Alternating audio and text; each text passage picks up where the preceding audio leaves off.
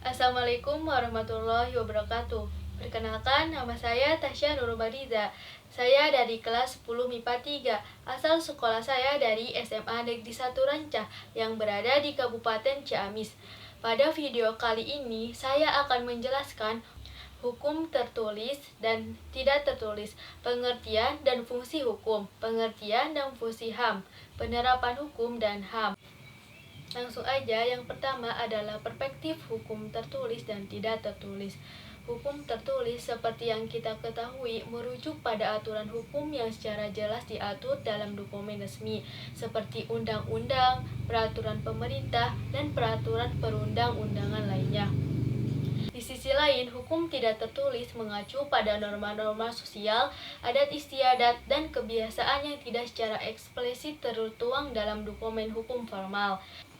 Contoh hukum tertulis bisa kita temukan dalam berbagai undang-undang yang mengatur kehidupan sehari-hari, seperti Undang-Undang Perlindungan Konsumen atau Undang-Undang Ketenagakerjaan. Sedangkan contoh hukum tidak tertulis dapat berupa etika dalam berkomunikasi, sopan santun dan berinteraksi sosial, dan norma-norma kebiasaan yang dijunjung tinggi dalam masyarakat. Pentingnya hukum tertulis dan tidak tertulis dalam kehidupan masyarakat sangatlah besar. Hukum tertulis memberikan landasan yang jelas dan tegas dalam mengatur perilaku dan hubungan antar individu serta lembaga. Sementara, hukum tidak tertulis membentuk dasar etika dan moral yang menjadi pijakan dalam interaksi sosial sehari-hari. Dengan memahami perbedaan, contoh, dan pentingnya hukum tertulis dan tidak tertulis, kita dapat lebih memahami kompleksitas sistem hukum dan norma sosial yang mengatur kehidupan kita. Mari kita terus belajar dan memperkaya pemahaman kita tentang hukum dan keadilan. Yang selanjutnya adalah pengertian dan fungsi hukum. Menurut para ahli, hukum dapat didefinisikan sebagai seperangkat aturan yang ditetapkan oleh pemerintah atau otoritas yang berwenang untuk mengatur perilaku masyarakat dalam menegakkan keadilan. Hukum menjadi landasan utama dalam menjaga keteraturan dan keadilan dalam suatu negara. Selain itu, fungsi hukum dalam kehidupan masyarakat sangatlah penting. Hukum berperan sebagai alat untuk mengatur hubungan antar individu, lembaga, dan negara. Fungsi hukum juga melindungi hak dan kepentingan setiap individu, menjaga ketertiban sosial, serta menegakkan keadilan dalam masyarakat. Selanjutnya adalah pengertian dan fungsi HAM. Hak asasi manusia merujuk pada hak-hak yang melekat pada setiap individu sebagai manusia tanpa diskriminasi apapun. Berbagai sumber seperti PBB dan Deklarasi Universal HAM sebagai hak-hak yang inheren, universal, dan tidak dapat dicabut oleh siapapun. Selain itu, terdapat jenis-jenis HAM yang diakui secara universal.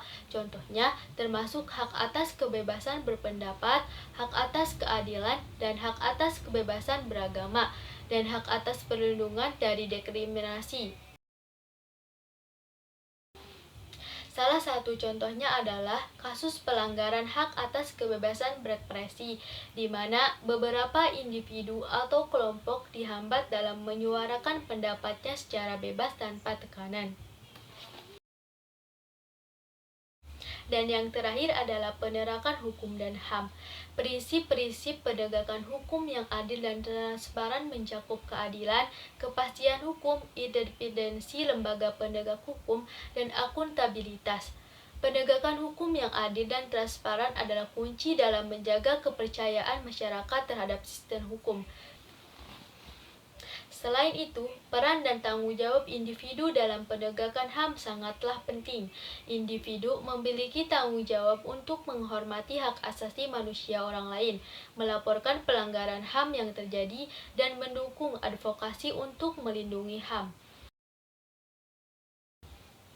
Untuk mencegah pelanggaran HAM, ada beberapa upaya yang dapat dilakukan. Contohnya adalah meningkatkan kesadaran masyarakat tentang HAM melalui edukasi, mendukung lembaga advokasi HAM, melibatkan diri dalam advokasi kebijakan pro-HAM, dan melaporkan kasus pelanggaran HAM kepada lembaga yang berwenang.